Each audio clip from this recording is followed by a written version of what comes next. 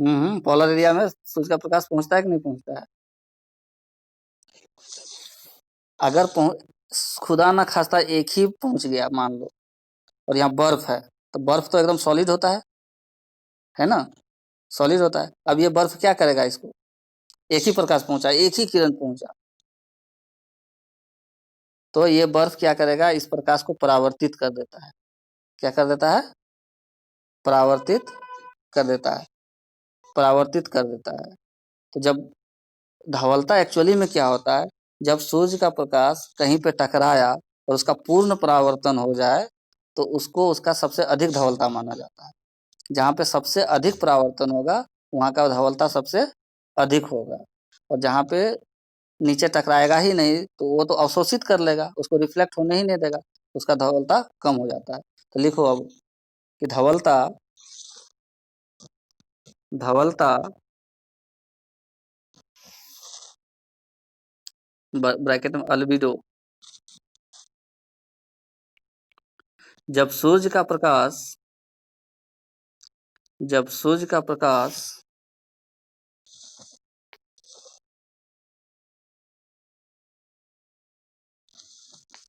धरातल पर टकराता है जब सूर्य का प्रकाश धरातल पर टकराता है, तो उसका परावर्तन होता है। टकराता है तो उसका परावर्तन होता है।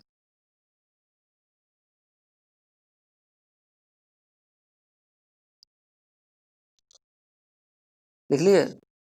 जिस क्षेत्र पर जिस क्षेत्र पर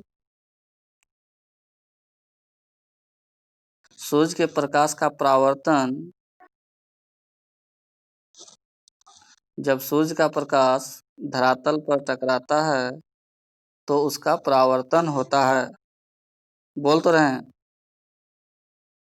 जब सूर्य का प्रकाश धरातल पर टकराता है, तो उसका परावर्तन होता है। जिस क्षेत्र पर सूर्य का परावर्तन जिस क्षेत्र पर सूर्य का परावर्तन जितना अधिक होता है, उस क्षेत्र की धवलता उतनी ही अधिक होती है। जिस क्षेत्र पर सूर्य का परावर्तन जितना अधिक होता है, उस क्षेत्र की धवलता उतना ही अधिक होती है। रिपीट कर दे रहे हैं, क्या होता है धवलता?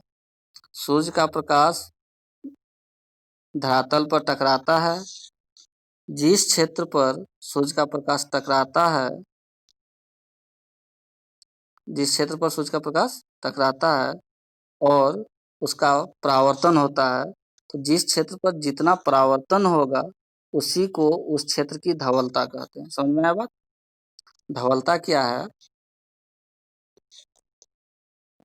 जैसे ये मेरी धरातल है, यहाँ हमारा सूर्य है। अब सूर्य का प्रकाश आ रहा है और यहाँ से रिफ्लेक्ट हो रहा है। क्या हो रहा है? परावर्तित हो रहा है। तो जिस क्षेत्र में परावर्तन जितना अधिक होगा, उस क्षेत्र का उतना ही अधिक धवलता होगा। जिस क्षेत्र का परावर्तन जितना अधिक होगा, उस क्षेत्र का धवलता उतना ही अधिक होगा। ठीक है? तो लिखो पहला क्षेत्र 1 नंबर दे करके, सघन विषुवत रेखीय वन। सघन विषुवत रेखीय वन। सघन विषुवत रेखीय वन। नाम से ही क्या पता चल रहा है? सघन है। क्या है? बहुत घना है। बहुत बड़े बड़े पेड़ हैं, वन है, और इतना घना है कि यहाँ का सूर्य का प्रकाश तो पहले तो नीचे पहुँचता नहीं है, और जो थोड़ा बहुत भी पहुंचा तो उसको क्या करता है, सबसे पहले ही पेड़ सब एब्जॉर्ब कर लेता है, अवशोषित कर लेता है। किस लिए? प्रकाश संश्लेषण अभिक्रिया करने के लिए, अपना भोजन बनाने के लिए। और अवशोषण के बाद जो भी हल्का फुल्का पहुंचा तो उसका रिफ्लेक्शन नहीं हो पाता है। तो अगर परावर्तन नहीं हो रहा है, सबसे कम परावर्तन हो रहा है, तो यहाँ सबसे कम अल्बिडो होगा। तो लिखो, सघन विषुवत-रेखीय क्षेत्रों में, सघन विषुवत-रेखीय क्षेत्रों में या वनों में, सघन विषुवत-रेखीय वनों में अत्यधिक अत्यधिक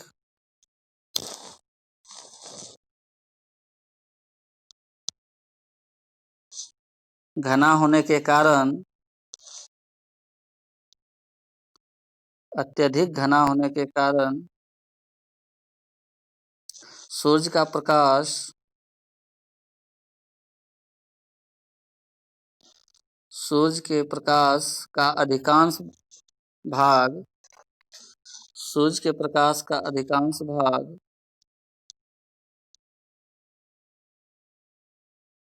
प्रकाशलेशन प्रक्रिया के लिए, प्रकाशलेशन प्रक्रिया के लिए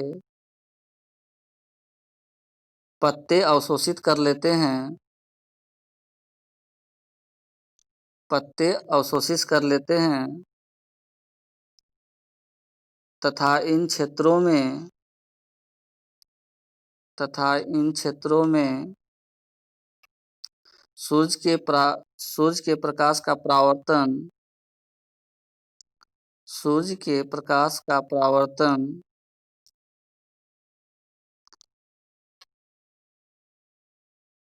बिल्कुल नहीं होता है या आंशिक रूप से होता है, बिल्कुल नहीं होता है या आंशिक रूप से होता है।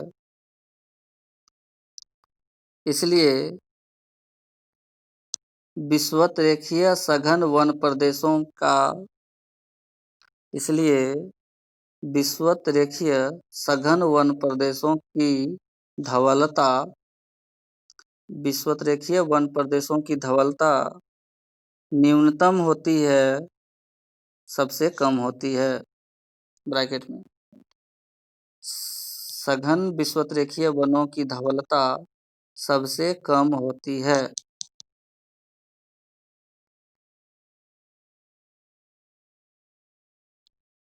ठीक है, कौन सा क्षेत्र का बात कर रहे हैं हम लोग?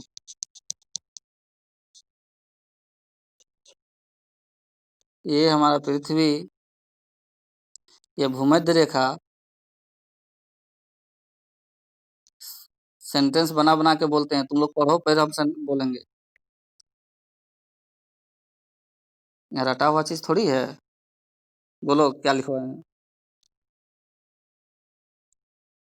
क्या लिखवाए, शुरू तो करो तभी तो हम बताएंगे, उसको आगे करेंगे।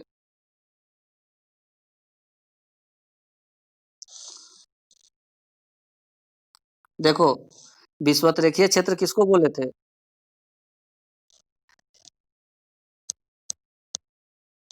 आवाज ही नहीं आ रहा है तुम लोगों का। ये देखो, ये विषुवत रेखा है, यहाँ देखो ना, ये विषुवत रेखा है,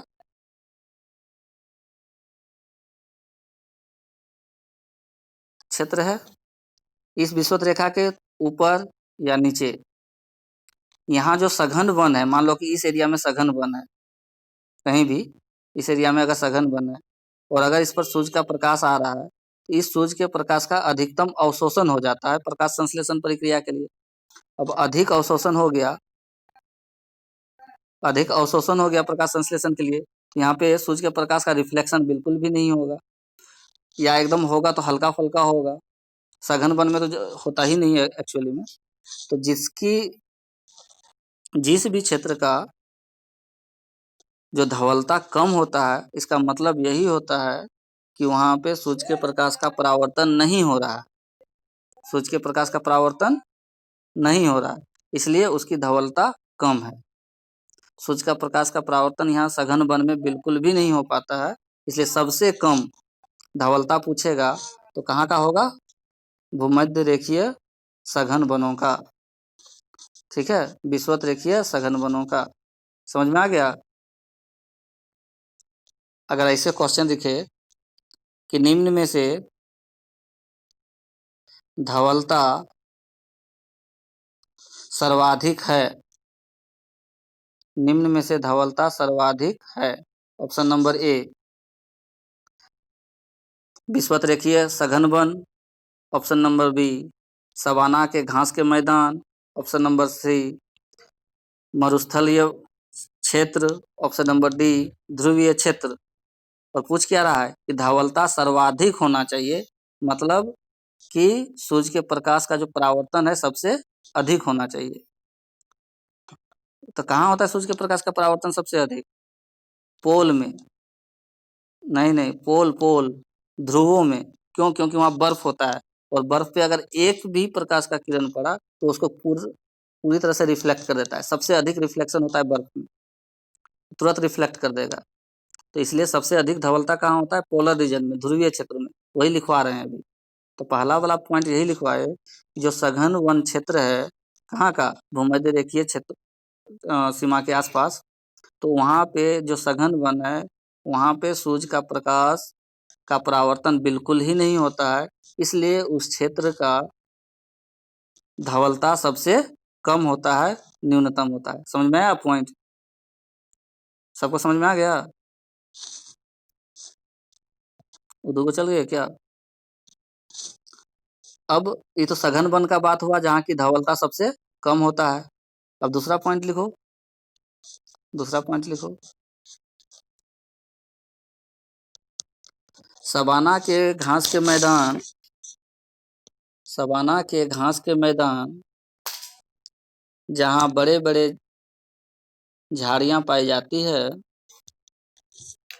सवाना के घास के मैदान जहाँ बड़े बड़े झाड़ियां पाई जाती है, बड़ी बड़ी झाड़ियां पाई जाती है, वहाँ सूरज के प्रकाश का परावर्तन, सूरज के प्रकाश का परावर्तन सघन वन क्षेत्र से, सघन वन क्षेत्र से अपेक्षाकृत, सघन वन क्षेत्र से, सघन वन क्षेत्र से अपेक्षाकृत थोड़ा अधिक होता है, थोड़ा अधिक होता है। इसलिए सवाना घास के मैदान का, इसलिए सवाना घास के मैदान की धवलता, सवाना घास के मैदान की धवलता अपेक्षाकृत थोड़ी अधिक होती है, अपेक्षाकृत थोड़ी अधिक होती है।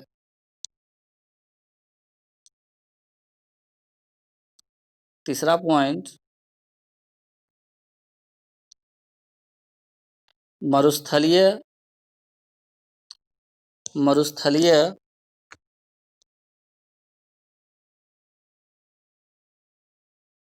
स्थानों पर,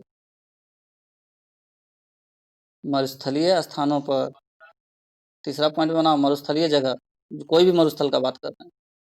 मरुस्थलीय स्थानों पर सूर्य का प्रकाश और अधिक परावर्तित होता है, मरुस्थलीय जगहों पर सूर्य का प्रकाश और अधिक परावर्तित होता है। इसलिए इन क्षेत्रों में, इन क्षेत्रों में और अधिक धवलता पाई जाती है, इन क्षेत्रों में और अधिक धवलता पाई जाती है। चौथा पॉइंट, ध्रुवीय क्षेत्रों में, ध्रुवीय क्षेत्रों में 10 मिनट में एंड होगा मीटिंग, दोबारा करना। ध्रुवीय क्षेत्रों में सूर्य के प्रकाश का परावर्तन सूर्य के प्रकाश का परावर्तन सूर्य के प्रकाश का परावर्तन सफेद बर्फ से टकराने के बाद अधिकतम होता है। सफेद बर्फ से टकराने के बाद अधिकतम होता है। इसलिए ध्रुवीय क्षेत्रों की धवलता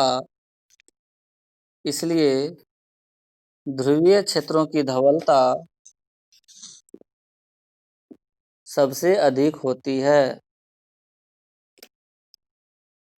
ध्रुवीय क्षेत्रों की धवलता सबसे अधिक होती है।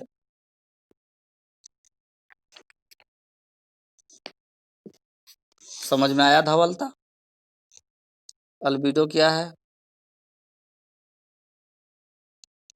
अल्बिडो का क्या अर्थ हुआ कि किसी भी क्षेत्र पर जो सूर्य के प्रकाश का जो रिफ्लेक्शन होता है, कितना रिफ्लेक्शन हो रहा है, कितना परावर्तन हो रहा है, उसी को अल्बिडो कहते हैं। इतना समझ में आ गया? है ना? तो इसको इस तरह से लिख लो, एक अथी लग करके, जो धवलता होती है वो सबसे अधिक ध्रुवीय क्षेत्र में, उसके बाद रेगिस्तान में, उसके बाद सवाना के घास के मैदान में, सवाना घास मैदान में, और सबसे बाद में सघन वनों में, विषुवत रेखीय सघन वनों में। सबसे अधिक धवलता कहाँ? ध्रुवीय क्षेत्र में। उसके बाद कहाँ? रेगिस्तान में। उसके बाद कहाँ? सवाना घास के मैदान में। और सबसे लास्ट में सघन वनीय जो क्षेत्र है विषुवत रेखा के आसपास का, वहां पर। समझ में आ गया ये बात? धवलता सबसे अधिक कहाँ? ध्रुवीय क्षेत्र में। क्यों? क्योंकि जो सफेद बर्फ है वो सबसे अधिक रिफ्लेक्ट करता है सूर्य के प्रकाश का। ठीक है। उसके बाद कहाँ? रेगिस्तान में। फिर सवाना के वन, जो बड़े बड़े घास के मैदान है, वहां पर। और सबसे लास्ट में जो फॉरेस्ट है, डेंस एरिया है, सघन वन का जो क्षेत्र है, वहां पर। समझ में बात आ गया? धवलता। नेक्स्ट लिखो, तापीय विलोमता। बहुत इंपॉर्टेंट है। तापीय विलोमता। विलोम का अर्थ क्या होता है? उल्टा। तापीय विलोमता, इन्वर्सन ऑफ टेम्परेचर,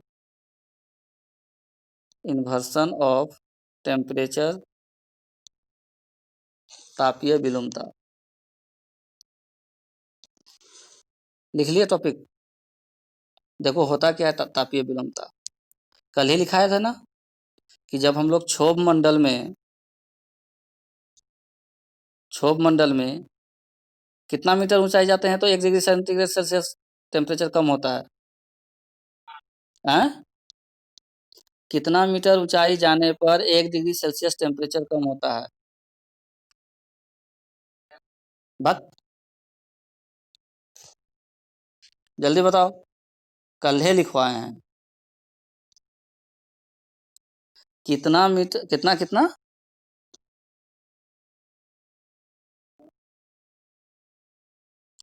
प्रत्येक 165 डिग्री ऊंचा जाने पर टेम्परेचर 1 डिग्री सेल्सियस घटता है। लिखवाए हैं स्टेटमेंट? तुम्हारा आवाज नहीं आ रहा था। प्रत्येक 165 डिग्री की ऊंचाई जाने पर टेम्परेचर 1 डिग्री सेल्सियस घटता है। ये है हम लोगों का टेम्परेचर का क्वालिटी। तो जैसे जैसे ऊंचा जाएंगे टेम्परेचर घटते जाएगा। क्यों घटते जाता है? जैसे जैसे ऊंचा जाएंगे वहां टेम्परेचर क्यों घटते जाता है? क्यों? ये हमारा धरती है और इसकी ऊंचाई ज्यों ज्यों हम लोग बढ़ेंगे टेम्परेचर घटते जाता है। क्यों घटता है? वायुमंडल वायुमंडलीय गैसों का जो प्रभाव है वो धरातलीय क्षेत्र में ज़्यादा होता है, ऊपर में कम होता है। ठीक है ना, इसलिए तो अब क्या हो रहा है कि प्रत्येक 165 मीटर अगर ऊपर जा रहे हैं तो 1 डिग्री सेल्सियस टेम्परेचर हम लोगों का घट रहा है। लेकिन हम लोग अभी पढ़ क्या रहे हैं कि तापीय विलोमता, मतलब कि अगर हम 165 मीटर ऊपर जाएं या 200 मीटर ऊपर जाएं या 300 मीटर ऊपर जाएं तो हमारा टेम्परेचर घटना नहीं चाहिए, बढ़ना चाहिए। इसी को बोलते हैं टेम्परेचर इन्वर्सन। क्या बोलते हैं? Temperature inversion. क्या ऐसा कोई क्षेत्र है जहाँ पे टेम्परेचर इन्वर्सन होता होगा? क्या कोई ऐसा क्षेत्र है जहाँ टेम्परेचर इन्वर्सन होता होगा? कहाँ बताओ, बताओ कहाँ है? क्या बना रही? देखो यहाँ,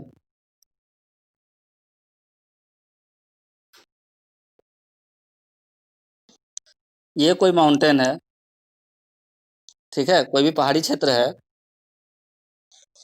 और मान लो कि हिमालय वाला क्षेत्र है। कहाँ का? हिमालय का क्षेत्र है। तो हिमालय के क्षेत्र के ऊपर में जो है ये पॉइंट, यहाँ पे बर्फ होगा। क्या यहाँ क्या होगा? आइस होगा, बर्फ होगा। अब बर्फ है तो ये मौसम कैसा है यहाँ पे? ठंडा, ठंडा है ना। अगर मौसम ठंडा है तो यहाँ पे जलवाष्प होगा। क्या होगा? जलवाष्प होगा, जो कि बहुत भारी होता है। यहाँ का जो भी वातावरण में जो जलवाष्प मिला है वो भारी होता है। अगर भारी जलवाष्प है तो धीरे धीरे क्या होगा? नीचे की ओर आएगा। नीचे की ओर आएगा। अब नीचे की ओर आया यहाँ, तो यहाँ पे जो हवा पहले से मौजूद था, यहाँ पे हवा जो पहले से मौजूद था, तो यहाँ का तो टेम्परेचर गर्म है, यहाँ पे गर्म हवा है। तो ये ठंडा हवा जब नीचे आया तो गर्म हवा क्या हुआ? धीरे धीरे ऊपर शिफ्ट हो गया। गर्म हवा कहाँ शिफ्ट हो गया? ऊपर शिफ्ट हो गया। ऊपर शिफ्ट ऊपर शिफ्ट हो गया। फिर एक समय ऐसा आया कि ये जो एरिया है, इसमें सारे गर्म हवा ऊपर जाते जा रहे हैं और जो ठंडा वाला हवा नीचे आते जा रहा है। ठीक है। तो अंत में क्या हुआ कि जब गर्म हवा ऊपर यहाँ पहुंचा, यहाँ क्या बन गया? बादल। बादल बनता होगा यहाँ पे, नहीं बना? और बादल अधिक बनेगा तो अधिक वर्षा होगी इस क्षेत्र में। ठीक है, वर्षा वाला क्षेत्र हो गया ये। अब क्या बोल रहा है कि चूंकि ये वाला क्षेत्र हमेशा रात्रि में क्या होगा कि ये पूरा ठंडा हो जाएगा, क्योंकि सारा यहाँ का गर्म हवा ऊपर चला जाता है और ये ठंडा वाला हवा नीचे आ जाता है। ठंडा वाला हवा नीचे आ जाता है। तो अगर ऐसा कंडीशन हुआ तो अंत में क्या होता है कि यहाँ पे टेम्परेचर इतना कम हो जाता है कि ये कि फसल उसल आप यहाँ पे नहीं लगा सकते। फसल कुछ भी यहाँ पे नहीं लगा सकते, क्योंकि टेम्परेचर बहुत कम हो जाता है। तो यहाँ के लोगों ने क्या बुद्धि लगाया कि बोला कि भाई तुम्हारे वो बुद्धि है। इन लोगों ने शुरू कर दिया फसल लगाना, कहाँ पता है? ये वाले एरिया में। तो पहाड़ी क्षेत्रों में जो ढालूनुमा खेत बनाया जाता है, क्यों? यही टेम्परेचर इन्वर्सन से बचने के लिए।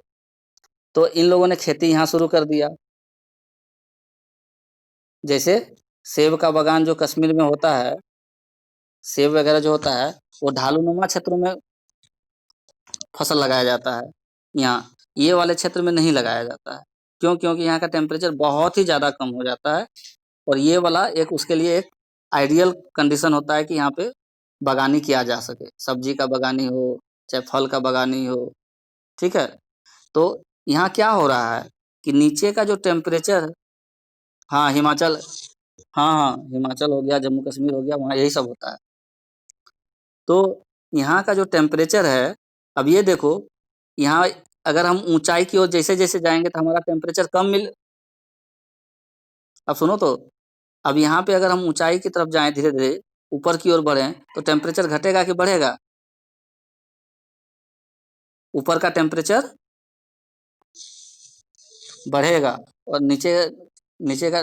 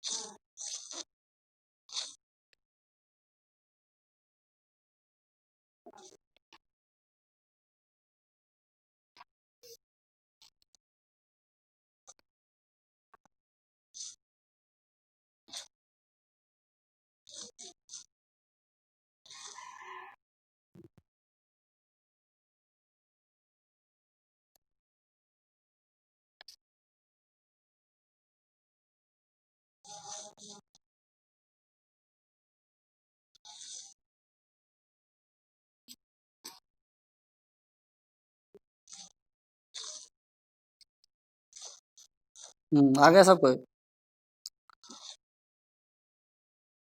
हाँ, अब कितना अच्छा आवाज आ रहा है।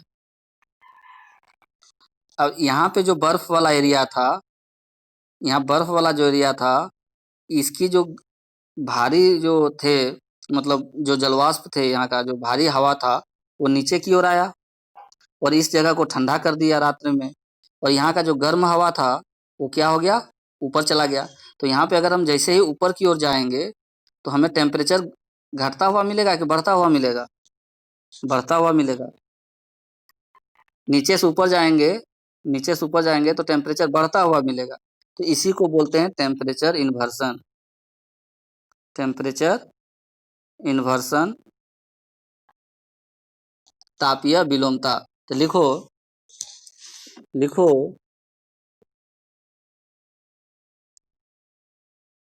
हिमालयी क्षेत्रों में, हिमालयी क्षेत्रों में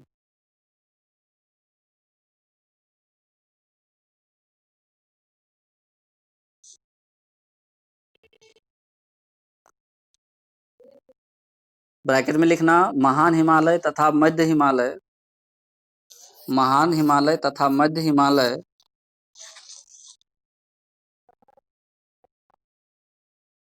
के बीच ऊपर की ठंडी भारी हवाएं, ऊपर की ठंडी भारी हवाएं, भारी हवाएं, जो थोड़ा भारी होता है ना, जो ठंडा होता है वो वजनदार होता है, भारी हवाएं नीचे घाटी के क्षेत्रों में आ जाती है, नीचे घाटी के क्षेत्रों में आ जाती है तथा घाटी की गर्म हवा, तथा घाटी की गर्म हवा हल्की होने के कारण, हल्की होने के कारण ऊपर चली जाती है, ऊपर चली जाती है, जिस कारण घाटी का सतही तापमान बहुत कम होता है, घाटी का सतही तापमान, सतह का, यहाँ का सतही तापमान बहुत कम होता है तथा जैसे जैसे ऊंचाई बढ़ते जाती है, जैसे जैसे ऊंचाई बढ़ते जाती है, वातावरण का तापमान बढ़ता जाता है, वातावरण का तापमान बढ़ता जाता है।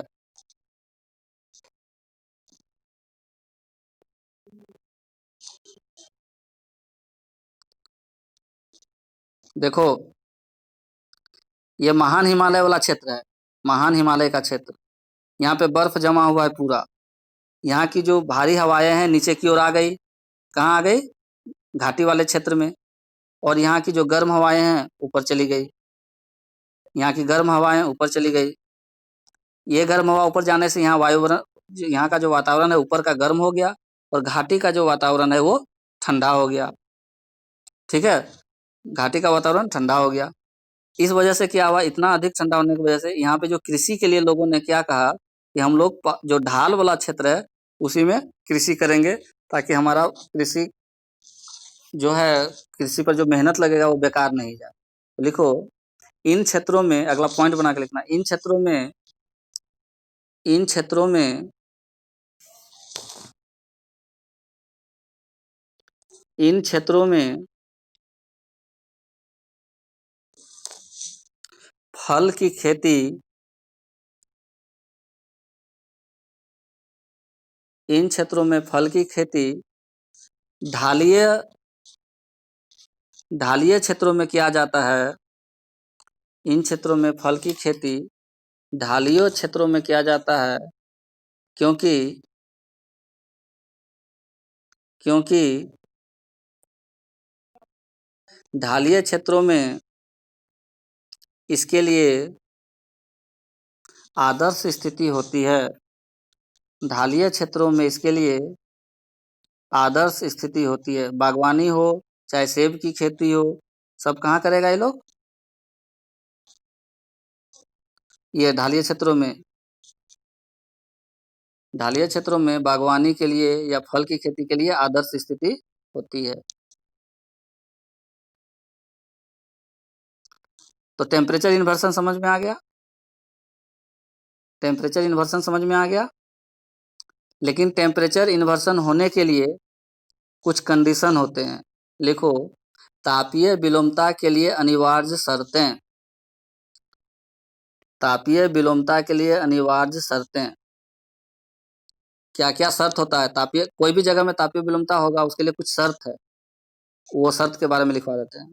तापीय विलोमता के लिए अनिवार्य शर्तें, नंबर 1,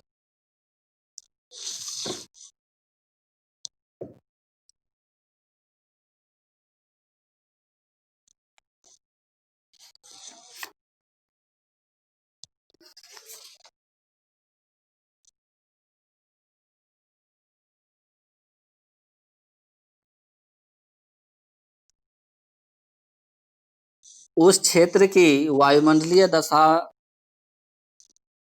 उस क्षेत्र की वायुमंडलीय दशा स्थिर होनी चाहिए, उस क्षेत्र की वायुमंडलीय दशा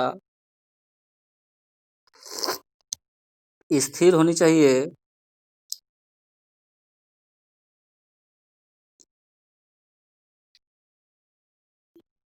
नंबर 2, आकाश में जलवाष्प मेघ नहीं होने चाहिए, आकाश में जलवाष्प मेघ नहीं होने चाहिए।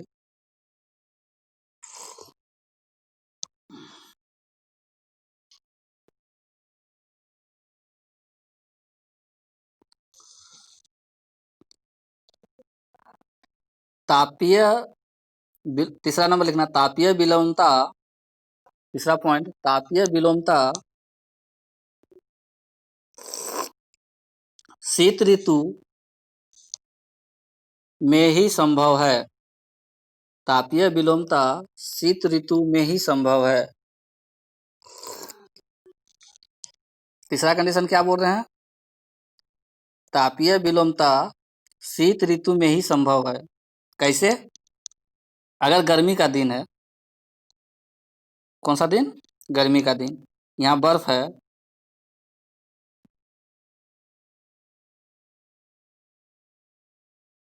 गर्मी का दिन है,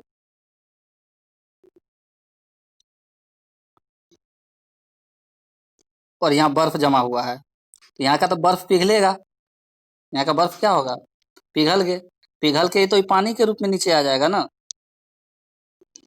पिघल के ही तो पानी के रूप में नीचे आएगा। तो इस समय तापीय इन्वर्सन नहीं होगा, क्योंकि यहाँ तो पानी है।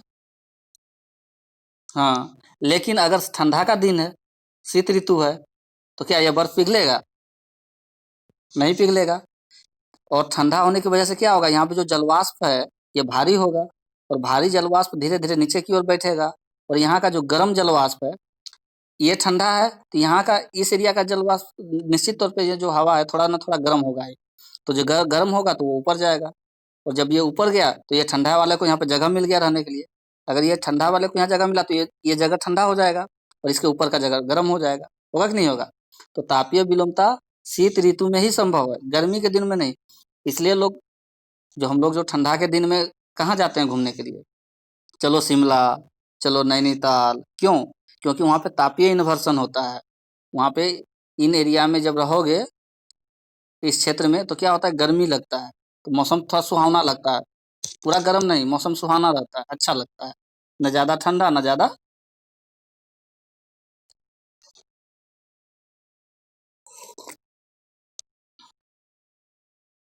अरे उसका आवाज ही नहीं आ रहा है, क्या बोल रही है?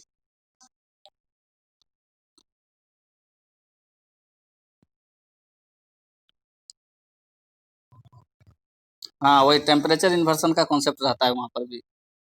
ठीक है, तो इस वजह से वो लोग एरिया ठंडा के दिनों में इन एरिया में जाते हैं और गर्मी के दिनों में कहाँ जाना चाहते हैं, जहाँ नीचे मौसम ठंडा रहे। है कि नहीं? तो हम लोगों का भारत एक ऐसा देश है जहाँ हर तरह का वातावरण मिलता है।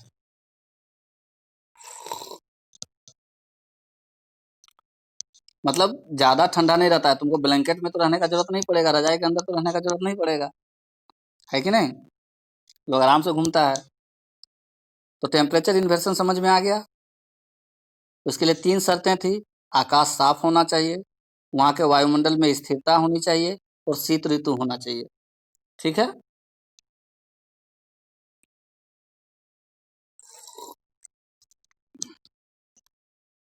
हाँ, हम लोगों का यहाँ पे वायुमंडल सबसे अच्छा है। चार चार चार ऋतुएं हम लोगों के यहाँ पाई जाती है। तो यहाँ का जो जीवन स्तर है वो भिन्न भिन्नताओं से भरा हुआ है। देखो लोग जम्मू कश्मीर में कितना लोग सुंदर सब रहता है, क्योंकि वहाँ का टेम्परेचर ही वैसा है। ठीक है। तो अब एक एक कंडीशन बताओ कि अगर ये एरिया है और हमको जमीन खरीदने जाना है तो कौन सा जमीन महंगा मिलेगा?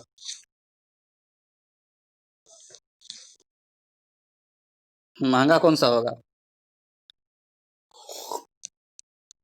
ये वाला, ये वाला एरिया महंगा मिलेगा कि ये वाला एरिया महंगा मिलेगा?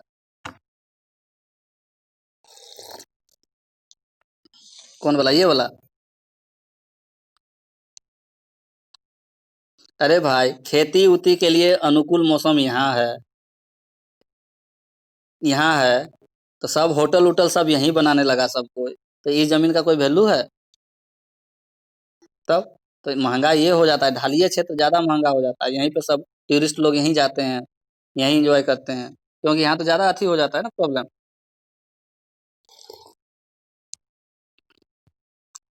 तो ये हो गया टेम्परेचर इन्वर्सन। क्या हो गया? टेम्परेचर, तापीय विलोमता, एक ऐसा जगह जहाँ पे ऊपर जाने पे टेम्परेचर बढ़ता है। ठीक है ना? अगला पॉइंट, अगला चैप्टर या टॉपिक लिखो, आर्द्र आर्द्र क्या है? वर्षा पहले लिखो, वर्षा एवं आर्द्रता। वर्षा एवं आर्द्रता। हम्म। वर्षा एवं आर्द्रता।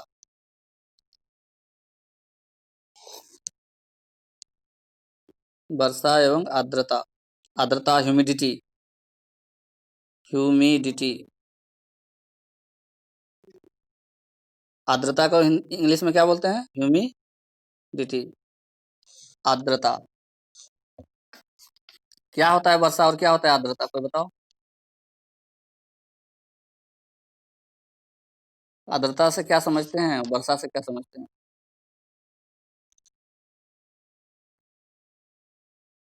आर्द्रता इसको लिखा जाता है, मतलब शुद्ध भाषा में आर्द्रता। आर्द्रता। ठीक है ना? आर्द्रता, आर्द्रता ऐसे लोग बोल देता है, लेकिन यहाँ पे जो रेफ है उसका भी प्रोनाउंसिएशन करना पड़ेगा ना। आर्द्रता बोलने में कोई दिक्कत नहीं। आर्द्र आर्द्रता। ठीक है। ह्यूमिडिटी। क्या होता है ये आर्द्रता?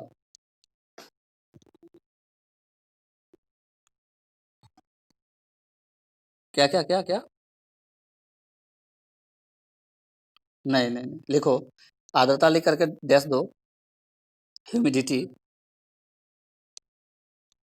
वायु की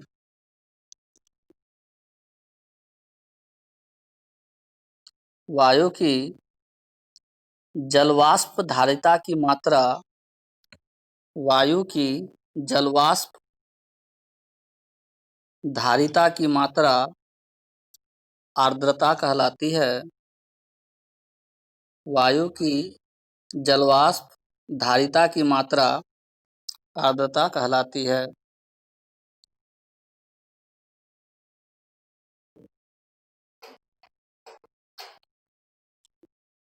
ये देखो, जैसे यहाँ पे वायु है और यहाँ मान लो कि जलवाष्प है, वायु में जलवाष्प है, और इस जलवाष्प में कितनी, ये जो वायु है इसमें जलवाष्प की मात्रा कितनी है, जो जलवाष्प की जो मात्रा होगी उसी को हम लोग आर्द्रता बोलते हैं। नमी, इस वायु में नमी कितना है, इस वायु में नमी कितना है, उसी को हम लोग आर्द्रता बोलते हैं। ठीक है, समझ में आया बात कि नहीं?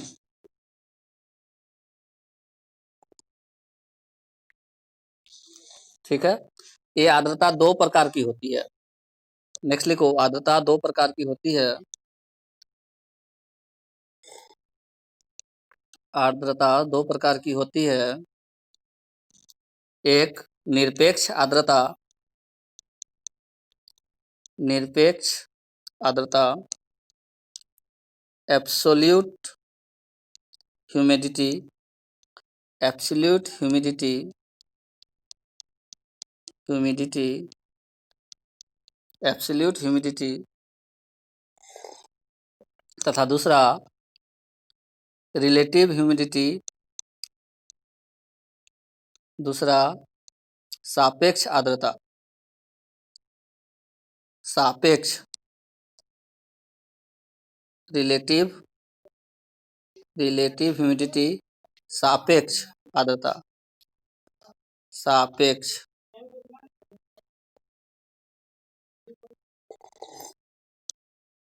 अब क्या होता है निरपेक्ष और सापेक्ष, वो देखो।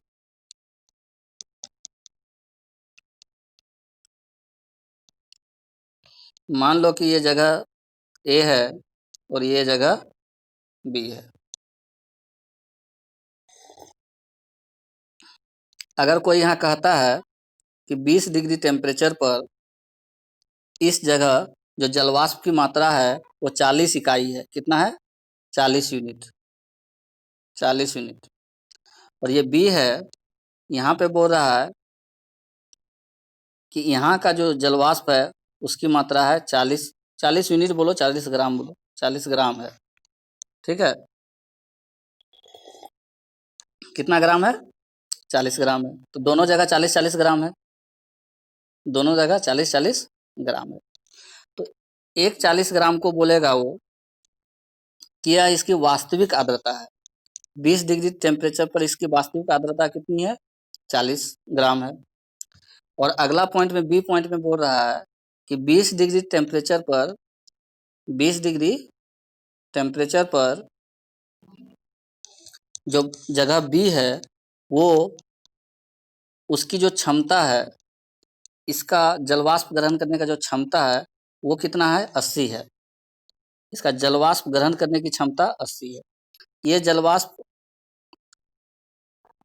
तो एक जगह उसके क्षमता का बात कर रहे हैं कि ये जलवाष्प ग्रहण करने की इसकी क्षमता 80 है, और एक जगह सिर्फ हम बात कर रहे हैं जलवाष्प की मात्रा का कि 40 ग्राम है। ठीक है, तो जो अगर ये एब्सोल्यूट की बात करेंगे तो ये 40 ग्राम को क्या बोलेंगे? एब्सोल्यूट ह्यूमिडिटी बोलते हैं। इसको क्या बोलेंगे? Absolute humidity. ठीक है ना? और यहाँ जब निकालना पड़ेगा हम लोगों को तो कहेगा कि बताओ भाई इसका रिलेटिव ह्यूमिडिटी कितना बना, सापेक्ष आर्द्रता कितना बढ़ा। अगर इसका 80, मतलब अगर हम इसको 100 यूनिट दें तो ग्रहण करके कितना रखेगा? 80 रखेगा, 20 को ग्रहण नहीं कर पाएगा, 20 को ग्रहण नहीं कर पाएगा। समझ में आ रहा है क्या बोलना चाह रहे हैं?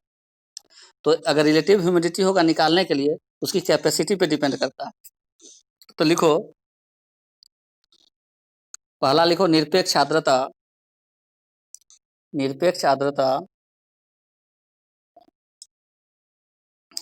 वायु की प्रति इकाई आयतन में वायु की प्रति इकाई आयतन में विद्यमान जल वाष्प की मात्रा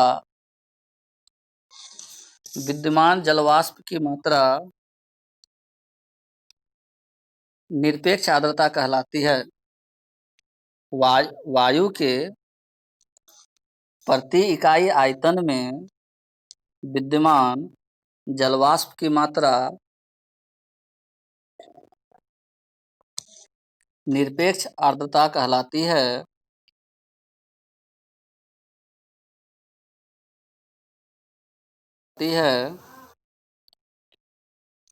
निरपेक्ष आर्द्रता कहलाती है।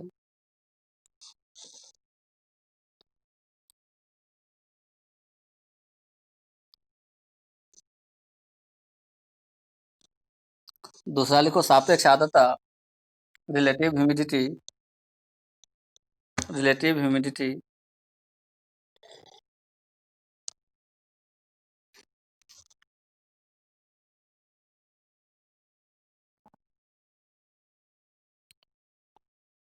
डिफिनेशन लिखो इसका। सापेक्ष आर्द्रता जलवाष्प का अनुपात होता है। सापेक्ष आर्द्रता जलवाष्प का अनुपात होता है।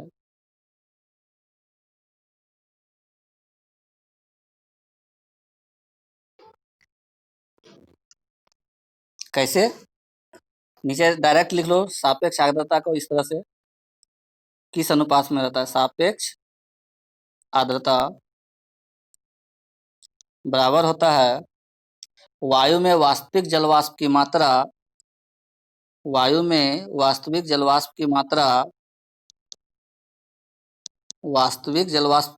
बटे वायु का अधिकतम जलवाष्प ग्रहण करने की क्षमता।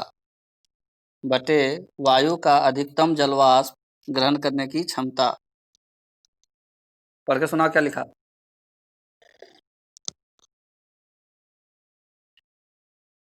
क्या होता है सापेक्ष आर्द्रता? जो उसका वास्तविक आर्द्रता है बटे ग्रहण करने की क्षमता। ठीक है, तो जैसे सेकेंड बी वाला केस में हम लोग बात किए थे, इसका 40 ग्राम तो इसका है वास्तविक आर्द्रता, लेकिन इसका जो ग्रहण करने की क्षमता है वो 80 ग्राम है। तो 40/80 करेंगे और इसको परसेंटेज में बदलने के लिए 100 से गुना कर देंगे, तो कितना हो जाएगा 50%। ठीक है, कितना हो जाएगा 50%। तो जो भी वास्तविक आर्द्रता होता है वो प्रतिशत में व्यक्त की जाती है। नोट लिखो यहाँ पे, सॉरी सापेक्ष आर्द्रता, नोट लिखो सापेक्ष आर्द्रता को प्रतिशत में व्यक्त किया जाता है। सापेक्ष आर्द्रता को प्रतिशत में व्यक्त किया जाता है। हाँ, कौन तो बटे वायु का अधिकतम जलवाष्प ग्रहण करने की क्षमता बटे वायु का अधिकतम जलवाष्प ग्रहण करने की क्षमता गुने 100 वास्तविक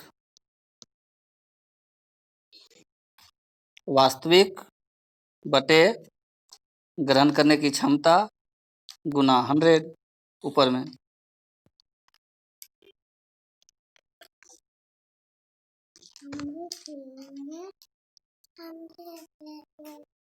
तो खत्म हो गया, जूठा हो गया।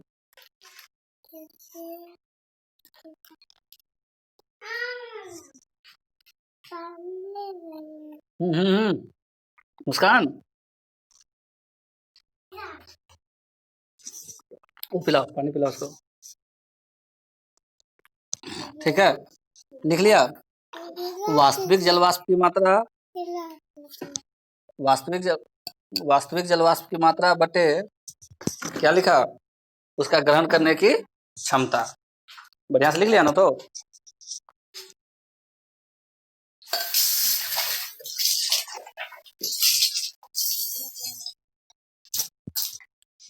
चलो ठीक है, अब क्लास यहीं एंड करते हैं आज। ठीक।